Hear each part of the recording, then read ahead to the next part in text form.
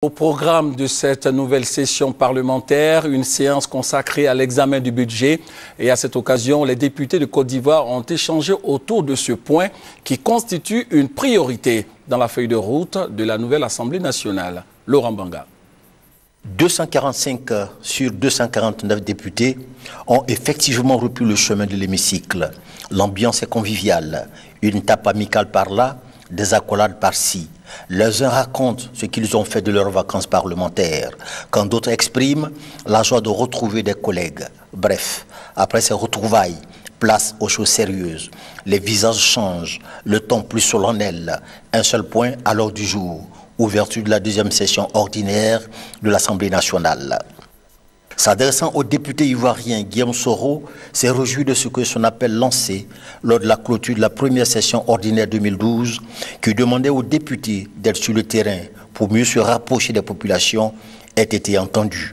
Lui-même a mis son intercession à profit pour rencontrer les populations de Grand Laou. Cette visite a permis aux populations de réaffirmer leur volonté d'entrer sans calcul dans la République. Revenant sur les activités du Parlement, Guillaume Soro a révélé que la première phase de rénovation de l'hémicycle est achevée. Il s'emploie à présent à rechercher des moyens supplémentaires pour améliorer les conditions sociales et de travail des députés. Au plan diplomatique, Guillaume Soro s'est rendu au Gabon et au Burkina Faso. Objectif, renforcer la coopération entre les parlements africains. La présente session est placée sous le thème « Mettre le citoyen au cœur de l'action publique ». L'occasion pour les élus d'exprimer au gouvernement et de partager avec ses représentants l'espoir des populations ivoiriennes en des lendemains meilleurs. En d'autres termes, les populations doivent s'approprier les actions du Parlement de sorte à être les véritables acteurs et bénéficiaires des vrais changements. Le projet de loi des finances qui est sur la table des députés est une loi qui détermine pour une année civile la nature, le montant et l'affectation des ressources et des charges de l'État ainsi que l'équilibre budgétaire et financier qui en résulte. C'est donc un grand moment pour nos députés.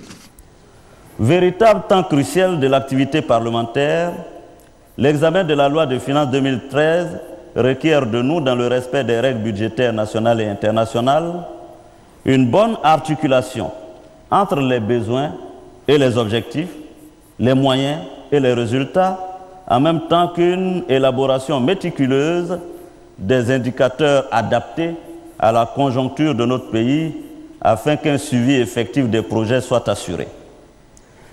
L'examen de la loi de finances 2013 requiert, je l'ai dit par ailleurs, que nous passions au peigne fin la gestion des crédits de chaque département ministériel pendant l'exercice précédent en mobilisant vigilance, perspicacité, pertinence et probité dans un esprit d'harmonie et de responsabilité. Nos commissions permanentes ont donc ici une tâche importante à assumer, car c'est grâce à elles que la certitude de la bonne santé de notre démocratie parlementaire s'imposera comme une tradition.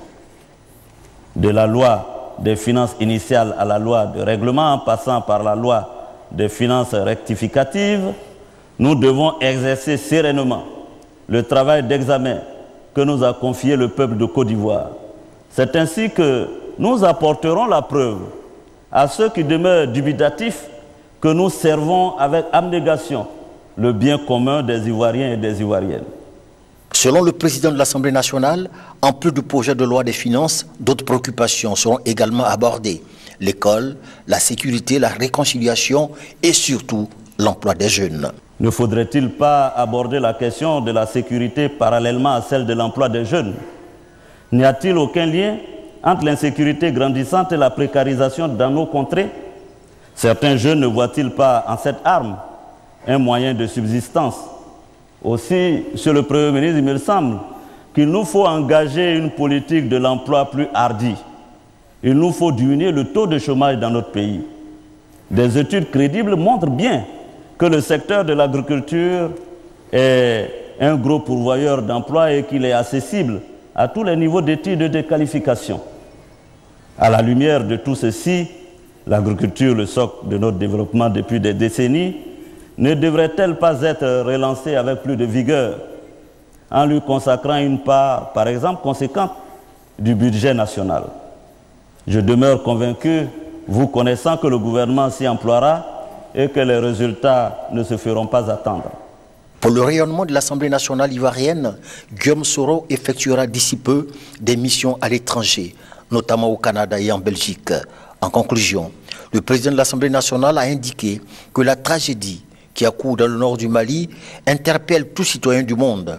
C'est pourquoi il a invité le peuple malien à faire confiance à la CEDEAO et à son président Alassane Ouattara pour l'aider à trouver une solution définitive à cette crise. L'ouverture de cette deuxième session a été marquée par la présence du Premier ministre Jeannot Ahoussou, du président d'institutions, ainsi que les présidents des assemblées nationales du Burkina Faso, du Mali, du Niger, du Sénégal et d'une délégation du Ghana, du Bénin, de la CEDEAO et de l'UEMOA. La présence des délégations étrangères est le témoignage achevé de la fraternité et de la solidarité africaine.